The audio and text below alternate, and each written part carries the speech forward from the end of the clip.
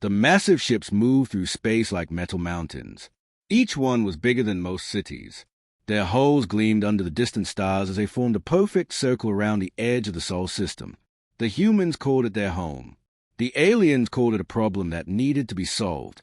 Admiral Vextar stood on the bridge of his flagship, the Crystal Death. His body was made of living crystal that caught the light and threw it back in sharp rainbows. When he moved, tiny bells seemed to ring in the air around him. He was old, even by his people's long lives. He had fought in 30 wars across the galaxy. He had never lost a single battle. Today would be no different. The bridge around him buzzed with activity. His crew worked at stations that looked like growing trees made of the same crystal as their bodies. Light moved through the walls like blood through veins. Every surface showed numbers and pictures that told him about the enemy they faced. The enemy was humanity, a young race that had only learned to fly between stars 50 years ago. Most species took thousands of years to reach that point. The humans had done it in what felt like a moment to the older races of the galaxy. This was the problem. 3 years ago, human ships had started appearing in systems that belonged to other species. They built colonies on planets that were already claimed. When the rightful owners told them to leave, the humans just smiled and kept building. When small fleets were sent to force them out, those fleets never came back. The ships were found later, floating empty in space. The crews were gone. Not dead, just gone. Now the Galactic Coalition had gathered its greatest fleet. Ships from 12 different star empires floated in the darkness around the human home system. The Zephyrians brought their crystal ships that could cut through solid rock with beams of pure light.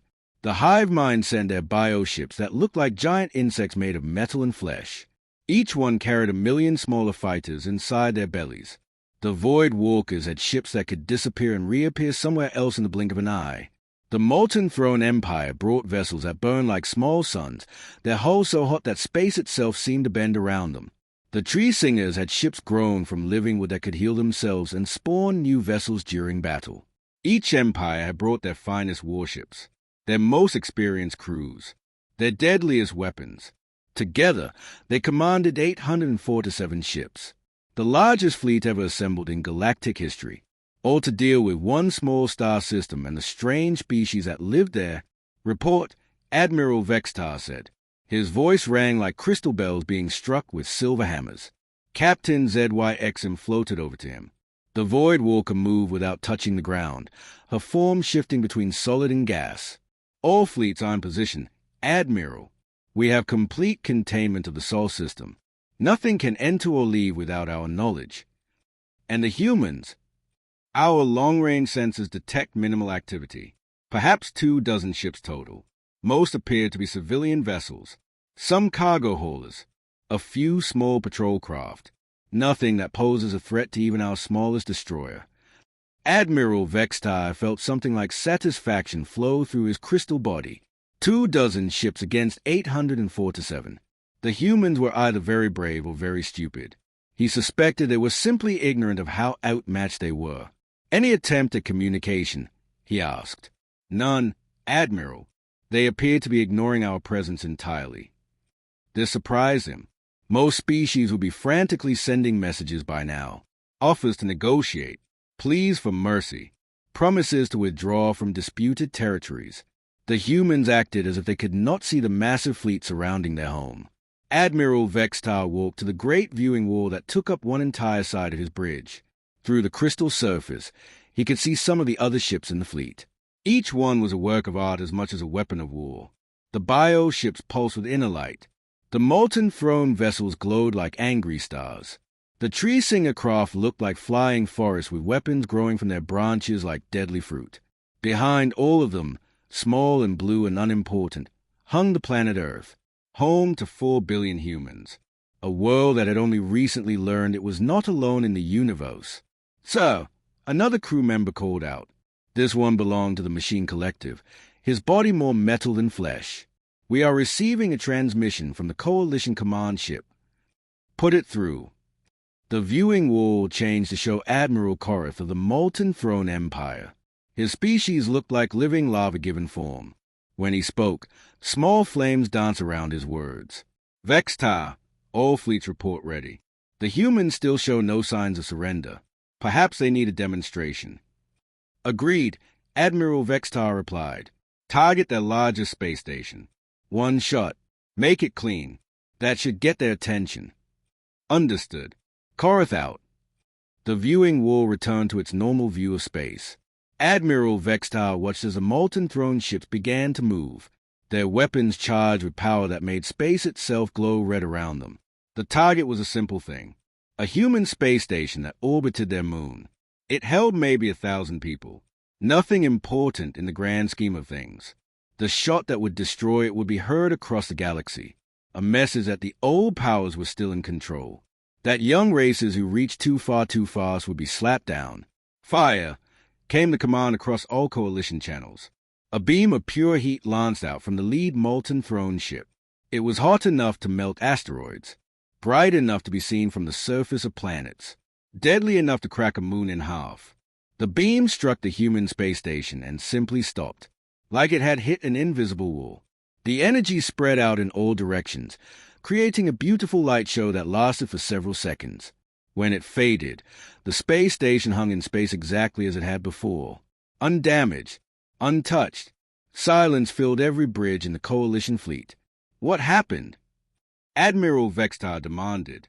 His science officer, a creature that looked like a floating jellyfish made of pure thought, drifted closer. Unknown, Admiral. Our sensors show the weapon fired normally. The energy reached the target, but then it just dispersed, as if something absorbed it completely. Impossible. Run a full scan of that station. The scans came back quickly. What they showed made no sense. The human station was made of simple materials, steel and plastic and glass. No shields were detected, no defensive systems of any kind. It should have been destroyed completely. Admiral, the communications officer called out. We're receiving a transmission from the human station. For the first time in his long life, Admiral Vextar felt something that might have been uncertainty. Put it through. The viewing wall showed a single human. She looked young by the standards of most galactic species. Her hair was dark and pulled back in a simple style. Her uniform was plain blue with small silver markings. She sat in what looked like a simple chair in a simple room. When she spoke, her voice was calm, almost friendly. This is Commander Sarah Chen of Lunar Station. To the unknown fleet surrounding our system, you have just committed an act of war against the human colonial authority. You have 30 seconds to begin withdrawal from human-protected space. If you do not comply, we will be forced to defend ourselves. The transmission ended. 847 of the most powerful warships in the galaxy floated in the darkness. Their crews stared at their screens in shock. A single human on a simple space station had just threatened them all. Admiral Vextar looked around his bridge. His officers stared back at him with expressions that ranged from confusion to disbelief. Finally, he began to laugh. The sound rang through his crystal body like music made of broken glass. Defend themselves, he repeated. One space station, against our entire fleet. He turned back to the viewing wall and opened a channel to all coalition ships. All vessels, prepare for full assault. It appears the humans need a more convincing demonstration of their situation. Cause normal scanning impossible. Size estimates. Unclear. The distortion makes it appear different sizes depending on how we scan it. Sometimes it looks 300 meters long. Sometimes it looks 3 kilometers. Sometimes our sensors cannot detect it at all. Admiral Vextar felt something cold move through his crystal body. In 30 years of warfare, he had never encountered anything like this. Ships were ships. They followed the same basic rules no matter which species built them. They had weapons and shields and engines that worked according to known principles of science. This human vessel seemed to ignore those principles entirely. Admiral, his communications officer called out. The human ship is sending a transmission. Put it through. The viewing wall showed a new human. This one was older than the woman on the space station. Her hair was gray and her face showed lines of age and experience. She wore a simple uniform similar to the first human, but with different markings. Behind her, the bridge of her ship looked surprisingly ordinary. Simple controls, basic displays, nothing that looked advanced or threatening. This is Captain Sarah Chen of the human colonial navy vessel UES Prometheus, the woman said. Her voice was calm and professional. Almost bored. You have ignored our warning to leave human protected space. Your continued presence here is considered an act of war. Admiral Vextar stepped forward. Human Captain, you face a combined might of 12 star empires, 847 warships, billions of crew members. Your single vessel cannot hope to stand against us. Surrender now and we will consider showing mercy. Captain Chen smiled. It was not a pleasant expression. Admiral, you do not understand your situation. You have brought weapons of war into our home system. You have threatened our people. You have attacked our installations. In response, we are prepared to defend ourselves. One ship, Admiral Vextar said, against our entire fleet. One ship is all we need. The transmission ended. Silence filled the coalition fleet.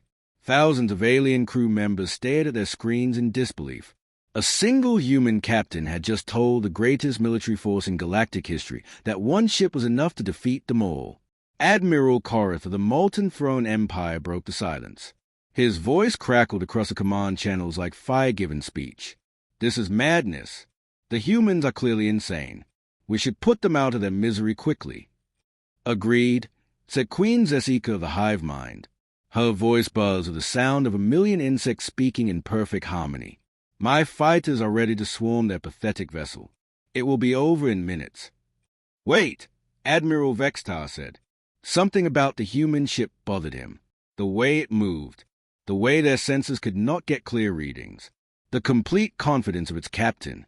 Run a full tactical analysis first. I want to know everything about that vessel before we engage. The Coalition's most advanced sensors turned toward the lone human ship. What they found made no sense at all. Admiral, the science officer reported, her voice filled with confusion. The human vessel appears to be unarmed. No weapon signatures detected. No missile tubes or energy cannons. No defensive systems. It should be completely helpless. Should be? Yes, sir. But our scans are also detecting energy readings that do not match any known technology. The ship's power source appears to be generating more energy than a small star. Yet we can detect no engines, no reactors, no fuel storage. It is as if the vessel is powered by something our science cannot understand. Admiral Vextar felt that cold sensation spread through his body again. Could it be some kind of new weapon system? Unknown. The energy patterns are unlike anything in our databases. They do not match any known weapon technology from any species in the galaxy. Sir, another officer called out. The human vessel is moving. All eyes turned to the viewing wall. The human ship had begun to move toward the center of the Coalition fleet. It did not hurry. It did not dodge or weave to avoid targeting systems. It simply moved forward in a straight line, as if the 847 warships surrounding it did not exist. Target that ship, Admiral Vextar ordered. All weapons. Maximum power. The order went out across the fleet. Thousands of weapon systems locked onto the lone human vessel. Quantum torpedoes armed themselves. Plasma cannons charged to full power. Bioweapons grew new deadly forms. The Void Walkers prepared to phase shift their most dangerous weapons directly inside the human ship's hull. All ships report ready to fire, the tactical officer announced. Admiral Vextar watched the human ship continue its steady approach. Still no weapons appeared on its hull. Still no shields activated around it. It looked as helpless as a child walking into a den of hungry predators. So, the communications officer said quietly, the human captain is transmitting again. Put it through. Captain Chen appeared on the viewing wall once more. This time she was standing, her hands clasped behind her back. Coalition fleet, this is your final warning. Withdraw from this system immediately or face the consequences of your actions. Captain, Admiral Vextar replied, you are outnumbered 847 to 1. Your ship shows no weapons. No defenses. How do you expect to fight us? Captain Chen's smile returned. This time it was not pleasant at all. It was a smile of someone who knew a secret that others did not. Admiral, your ships are very impressive. Your weapons are very powerful. Your crews are very skilled. But you are fighting yesterday's war with yesterday's technology. Meaning you are about to learn why humanity is the youngest species in the galaxy to achieve faster-than-light travel, why our colonies cannot be removed by force, why our ships return home when other fleets disappear. She paused and looked directly into the camera. When she spoke again, her voice carried a weight that seemed to press against the minds of every alien listening. You are about to discover that some problems cannot be solved with bigger guns. The transmission ended for the final time. Admiral Vextar stood in the silence that followed. Around him, his crew waited for orders. Across the fleet, thousands of other commanders waited for the order to attack. The most powerful military force in galactic history hung in space, ready to destroy a single ship that claimed it could fight them all. He gave the order that would change everything. Fire. The word fire had barely left Admiral Vextar's mouth when the universe exploded into light and death. 847 warships opened fire at the same moment. Quantum torpedoes streaked through space like angry stars. Plasma beams cut through the darkness with the heat of newborn suns. Bioweapons launched living projectiles that screamed through the void with hunger for destruction. The Void Walkers fired weapons that existed in multiple dimensions at once. The combined firepower was enough to destroy a small moon. It was enough to crack a planet. It was enough to turn the human ship into atomic dust in less than a second. All of it struck the UES Prometheus at exactly the same time. And then something impossible happened. The weapons simply stopped existing. Not deflected, not absorbed, not redirected back at their sources. They just ceased to be real, as if they had never been fired at all. Quantum torpedoes vanished 1,000 kilometers from the human ship. Plasma beams flickered out of existence like candles being blown out. Bioweapons fell apart into basic atoms that drifted harmlessly through space. The human ship continued moving forward as if nothing had happened. Silence filled every bridge in the Coalition fleet. Thousands of alien minds tried to understand what they had just witnessed. Their most powerful weapons had struck something and simply disappeared. The laws of physics that governed how energy and matter worked seemed to have been ignored completely. Admiral Vextar stared at his tactical display. According to his instruments, every weapon had fired normally. Every shot had reached its target. But the target showed no damage at all. No hull breaches. No energy overload. No signs that it had been attacked by anything. Report, he demanded, his crystal voice cracking like breaking glass. His science officer floated closer, her jellyfish form pulsing with confusion and fear. Unknown, Admiral. All weapons fired within normal parameters. All weapons reached their targets. But then they just stopped existing. I have never seen anything like this in 300 years of service. Run a full sensor sweep of that ship. I want to know what kind of shields they are using. The results came back quickly. They made no sense. No shield detected, Admiral. No defensive systems of any kind. The human vessel appears to be completely unprotected. According to our sensors, our weapon should have destroyed it completely. Admiral Vextar felt ice flow through his crystal body. Then why is it still there? Unknown. Across the fleet, other commanders were asking the same questions. Admiral Korath of the Molten Throne Empire roared his frustration across the command channels. Impossible. Our thermal lances can melt solid asteroids. Nothing can simply make them disappear. Queen Zessika of the Hive Mind buzzed with angry confusion. My bioweapons were bred to eat any form of matter. They cannot just cease to exist. The Void Walker commanders said nothing, but their silence carried its own weight of shock. Their weapons attacked targets across multiple dimensions. If something could stop those attacks, it meant the humans had power over reality itself. Captain Chen's voice cut through the chaos like a knife through silk. She was transmitting again, her image appearing on every screen in the Coalition fleet. Behind her, the bridge of her ship looked exactly the same. Calm, ordinary, peaceful. Coalition fleet, she said, her voice carrying no anger or fear. You have now fired upon a vessel of the human colonial navy. This constitutes an act of war under interstellar law. You have one final chance to withdraw from this system. Admiral Vextar found his voice. Captain, our weapon struck your ship directly. How are you still intact? Captain Chen smiled that same unsettling smile. Admiral, you are thinking about this wrong. You believe this is a battle between ships and weapons. You believe this is about who has the bigger guns or the stronger shields. You are fighting the wrong kind of war. Then what kind of war is this? This is a war between what you think is possible and what actually is possible. The transmission ended. Admiral Vextar turned to his crew. All ships, prepare for second wave. Double the firepower. If their defenses can stop our weapons, we will overwhelm them with numbers. The order went out across the fleet. This time, every ship would fire everything they had. Not just their main weapons, but every gun, every missile, every exotic device they carried. If the humans could somehow stop their attacks, they would drown them in so much firepower that nothing could survive. All ships report ready, the tactical officer announced.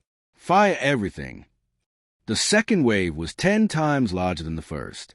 The space around the human ship filled with so much energy that sensors across the fleet overloaded from the brightness. Thousands of weapons created a storm of destruction that should have been visible from Earth's surface. Again, everything simply stopped existing when it came within 1,000 kilometers of the human ship. But this time, something else happened. The human ship began to change. It started small. The dark hull seemed to shift and flow like liquid metal. Parts of the ship grew longer while other parts became thinner. New sections appeared that had not been there before.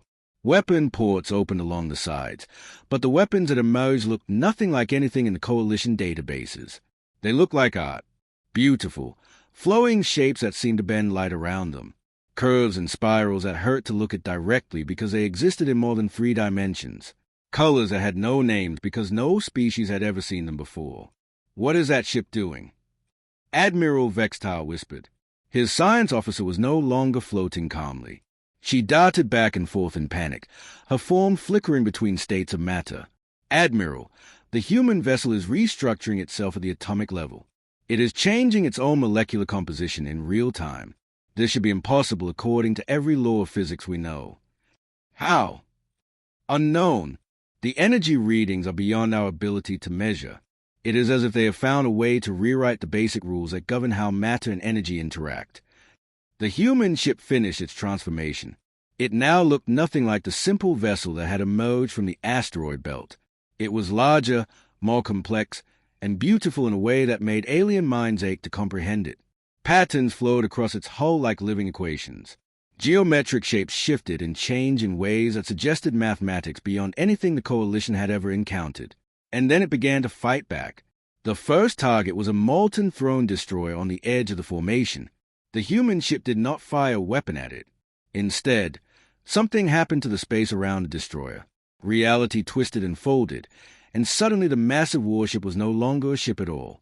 It was a flower. A beautiful, crystalline flower the size of a city, floating in space where the destroyer had been.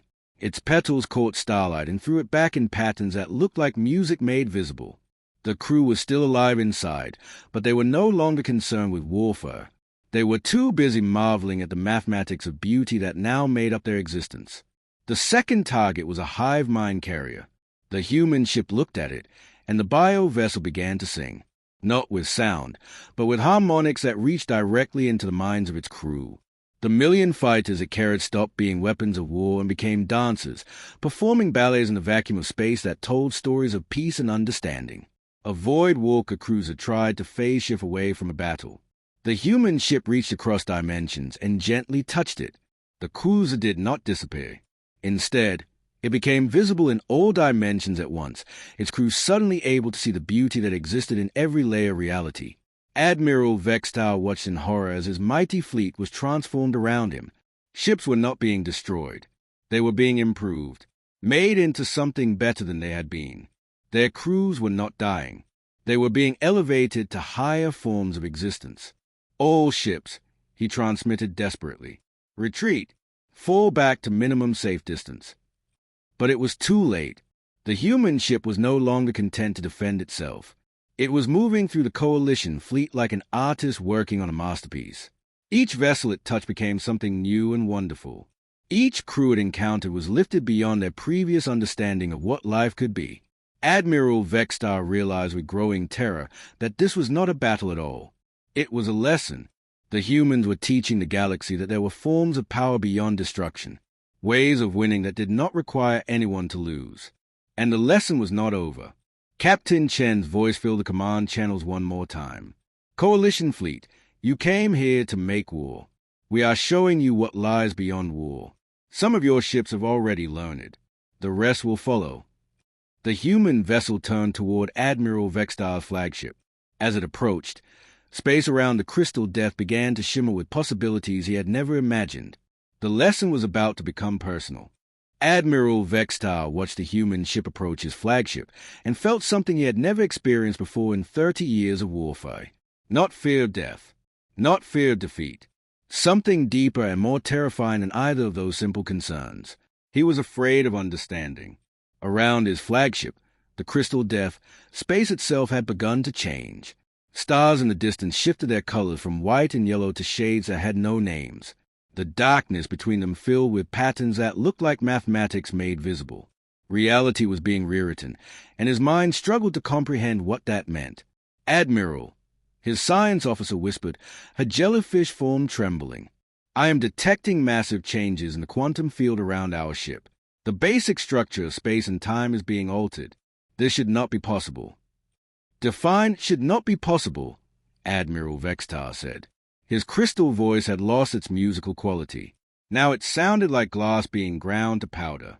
The energy required to manipulate reality at this level would need the power of an entire galaxy. No single ship could contain such forces. No single species could learn to control them. It would take millions of years of development beyond anything we have achieved. Then how are they doing it? I do not know. Admiral Vextar turned to look at his tactical display. Of his original fleet of 847 ships, less than 50 remained unchanged. The rest had been transformed into things of beauty and wonder. Gardens that bloomed in the vacuum of space. Libraries that existed in 11 dimensions. Art galleries where the paintings moved and sang to anyone who looked at them. The crews of those ships were sending reports that made no sense. They spoke of revelations and enlightenment, of seeing the universe as it really was for the first time, of understanding truths that they had never imagined before. None of them wanted to return to their old forms. None of them wanted to continue fighting. Sir, his communications officer called out, we are receiving a transmission from Admiral Korath. Admiral Vextar accepted the call. Admiral Korath appeared on the viewing wall, but he looked different. His body still burned like living lava, but now the flames danced in patterns that suggested music and poetry. His eyes held depths that had not been there before. Vextar, Korath said, his voice now carrying harmonies that spoke of ancient wisdom. You must stop this attack. The humans are not our enemies. They are trying to show us something important. They have destroyed our fleet. No, they have improved it. My ship is now a forge where thought become reality. My crew can create anything they can imagine. We are more than we were before. Better than we were before. You have been compromised. Return to formation immediately. Admiral Korath shook his head sadly. Old friend, you still think this is about winning and losing, about strength and weakness. The humans are teaching us that there are other ways to exist, other purposes beyond conquest and control. The transmission ended. Admiral Vextar stared at the empty screen. Admiral Korath had been his closest ally for 20 years. A warrior who had never shown mercy to an enemy, a commander who believed that might made right. Now he spoke of improvement and enlightenment as if they were more important than victory. Admiral, another voice called across the command channels. This time it was Queen Zesika, the hive mind. Her billion voices now sang in perfect harmony instead of buzzing with insect fury. The humans have shown us what we could become. My ships are no longer weapons of war. They are schools where consciousness learns to grow beyond its limits. All commanders, Admiral Vextar broadcast what remained of his fleet. Do not listen to these transmissions. The humans are using some form of mind control. Maintain defensive positions and prepare for emergency jump to hyperspace. But even as he gave the orders, he could see more of his ships beginning to change. The human vessel moved among them like a conductor leading an orchestra. Each ship it touched became something new and wonderful. Each crew it encountered was lifted to heights of understanding they had never reached before. The UES Prometheus turned toward his flagship. Admiral Vextar could see it clearly now through his crystal viewing wall. The ship had grown even more beautiful during the battle.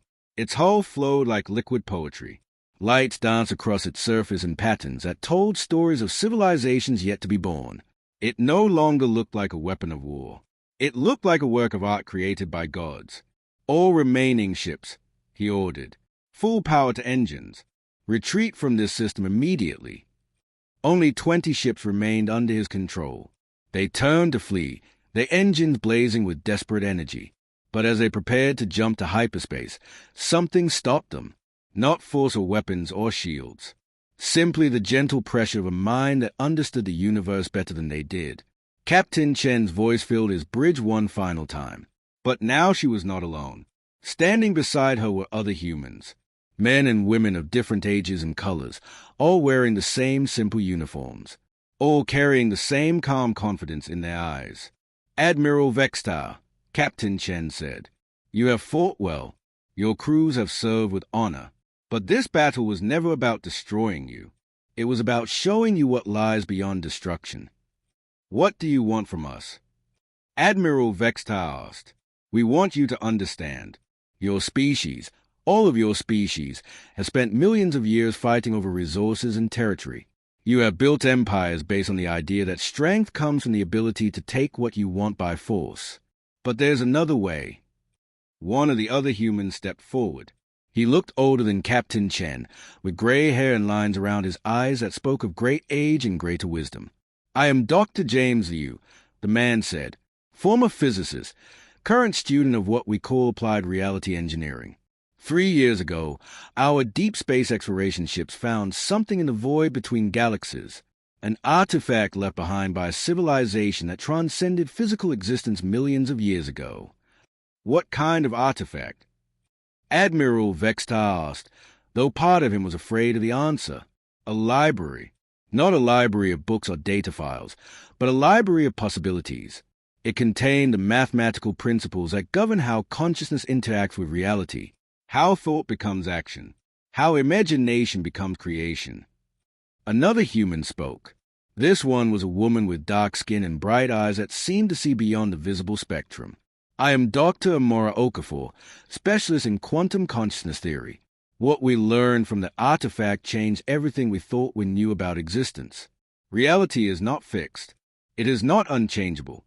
It responds to consciousness that understands its true nature." "You are saying that consciousness can change reality itself?" Admiral Vextar asked. "We are saying that consciousness is reality," Dr. Liu replied. "Everything you see, everything you touch, everything you experience is a universe thinking itself into existence. Most species never learn this because they are too focused on fighting each other to listen to what the universe is trying to tell them." Captain Chen stepped forward again. "Admiral, your fleet came here to force us to stop expanding, to make us retreat to our single star system. But we cannot do that, not because we refuse to obey you, but because we have a responsibility." "What responsibility?" "To teach. To show other species what we have learned, to help them grow beyond the limitations they have placed on themselves. Your ships that have been transformed, your crews that have been enlightened, they are not prisoners or victims. They are students, and they are learning to become more than they ever thought possible." Admiral Vextar looked around his bridge. His crew stared back at him with expressions he had never seen before.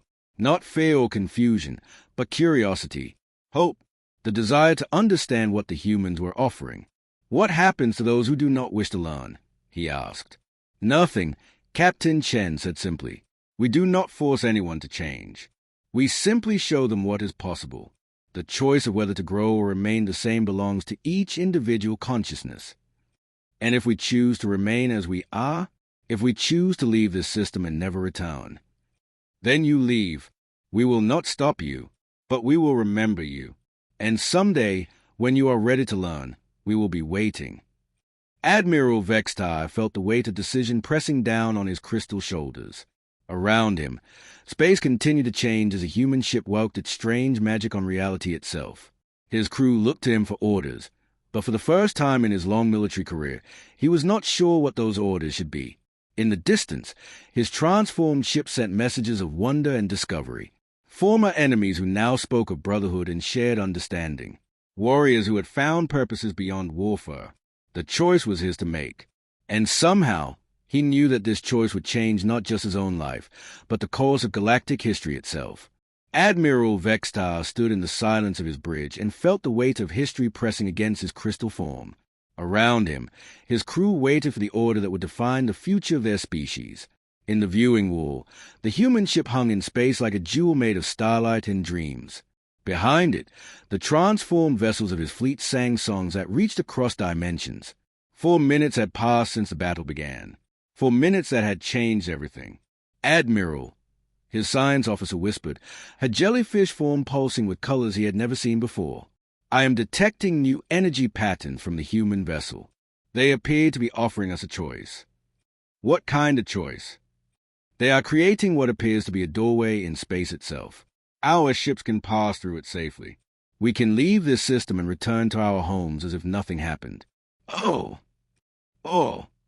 we can stay and learn what they have to teach us. Admiral Vextar looked at his tactical display. The 20 ships that remained under his command showed readings that made no sense. Their weapons had stopped working not because they were damaged, but because they no longer wanted to cause harm.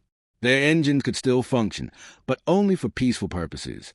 Even their basic systems had been gently changed to serve life instead of death. So, his communications officer called out, I am receiving messages from across the galaxy. Word of what happened here is spreading faster than light itself. What are they saying? The 12 star empires are in chaos. Some are demanding immediate military action against humanity. Others are sending diplomatic envoys to establish peaceful contact. The Merchants Guild has already declared all human systems to be neutral trade zones. The Scholars Collective is requesting permission to study human technology. Admiral Vextar closed his eyes and felt the truth settle into his mind like ice water. The galaxy would never be the same. Humanity had not just won a battle. They had ended the age of warfare itself. Any species that tried to fight them would face the same choice his fleet had faced. Transform or leave. Grow or remain trapped in old patterns of violence and fear. Admiral Korath to crystal death came a transmission from his old friend.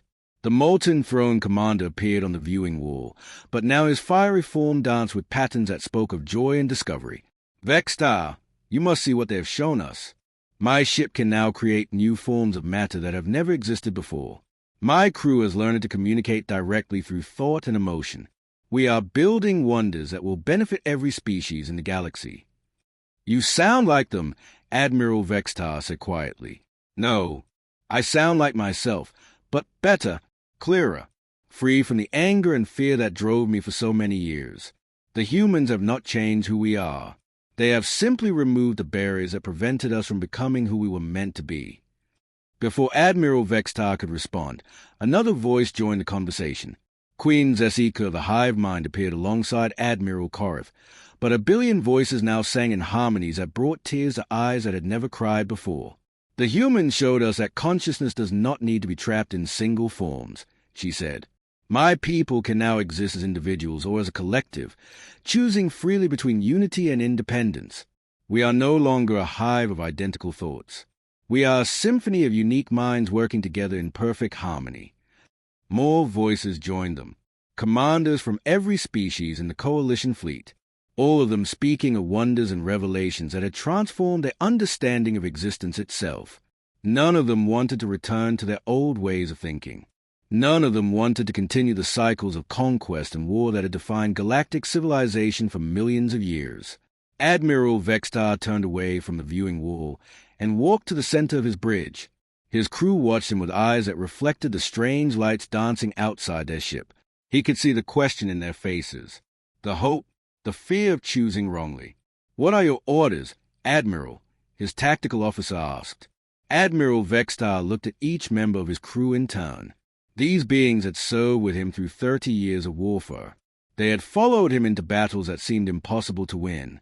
They had trusted his judgment in situations where a single wrong decision meant death for thousands. Now they were asking him to make the most important decision of their lives. Tell me, he said quietly, if we choose to leave this system and return to our old lives, what happens to the galaxy? His science officer floated closer. The war continues. Other fleets will be sent to deal with humanity. They will face the same choice we face now. Eventually, every military force in the galaxy will either be transformed or will learn to avoid human space entirely. And if we stay, we become something new, something better, but we can never go back to what we were before. Admiral Vexton nodded slowly. He understood now why this choice was so difficult. It was not about victory or defeat. It was about evolution, about choosing to grow beyond the limitations that had defined their species for millions of years. He activated his command communicator and opened a channel to all remaining ships in the Coalition fleet. This is Admiral Vextar to all vessels. We came here to end humanity's expansion into contested space. We believed that our superior numbers and firepower would force them to submit to galactic authority. We were wrong. He paused and looked out at the human ship. Captain Chen was watching him through the viewing wall, her expression patient and understanding. She was not pressuring him to choose quickly. She was simply waiting for him to make the choice that felt right to his own consciousness. We were wrong because we misunderstood the nature of the conflict.